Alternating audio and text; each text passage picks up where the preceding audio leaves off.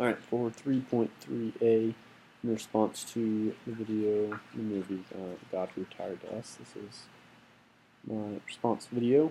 Question 1, has the church addressed immigration more as a political topic or as an area of human need? To what extent has the church's involvement been appropriate?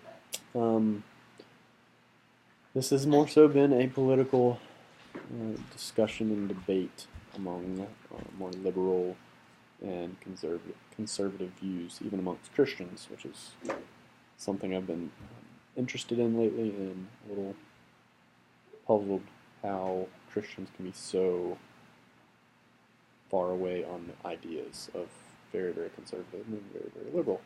And what really is at the heart of God. And this class has been pretty convicting and challenging for me, and in a lot of my conservative views.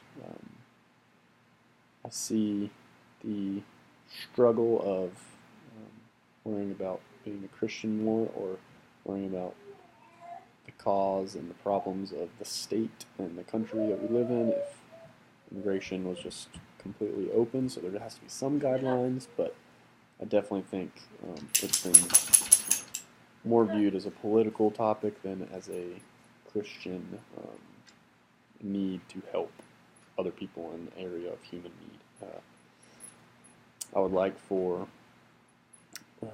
churches necessarily can't necessarily dictate legislation on this. We can definitely have a voice, but I think this is an area that church is, and the church could step up and meet the needs of the people and of immigrants more and more. That sort of leads into question 2, how might North American churches benefit from friendship and partnership with immigrants?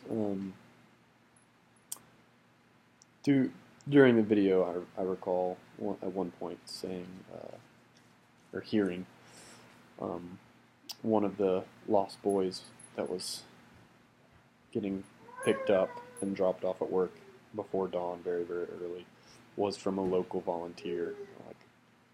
He'd connected with a refugee nonprofit and also a local church. I was proud and happy to see that the church in that moment, in that instance, had met that person's need. But I think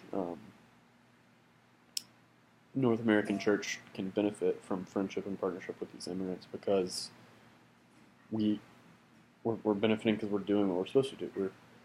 We're meeting people and their needs, and we're starting a relationship with them so we can show them the love of Christ, and so we can get them as part of our team, and then they, with that relationship that we have with them, they can then show us and teach us how we can most improve and impact their homeland. So throughout this whole documentary in The Lost Boys, so much of their culture was colliding with our culture, and there's so much difference, and I think it points out a lot of the weaknesses and the downfalls of American culture. It spoke on how lonely they were, even though they were well provided for and busy and working. They struggled with loneliness, which is a huge part of American culture. Time is money, and if we don't have time, we don't have anything.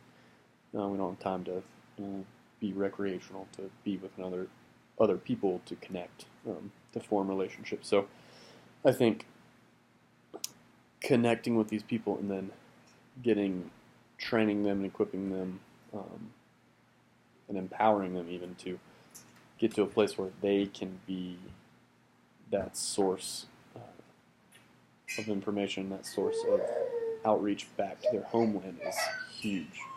Throughout the documentary, the Lost Boys were all focused on going back and improving their homeland, improving the camp that they were at, improving their hometown. And the ending credits was saying what they were doing pretty much to pour back into and invest back into the people that they left behind. So the best way for us to do that, and the best way to really engage missions in a long-term view, not just a short-term view that really we feel better about with short-term mission trips, but a long-term mission trip or long-term mission partnership would be adopting and connecting and empowering and these immigrants and learning from them and partnering with them of how can we help serve your family back at home, how can we help serve your community and your clan back at home, and that be long lasting and long lasting and more beneficial and more effective, essentially. So I really enjoyed the video. Again, I'm glad I was able to respond in the video, and I will definitely be thinking of and challenged in my wife and our family's personal interactions and engagement of immigrants in the immediate and near future. Thanks so much.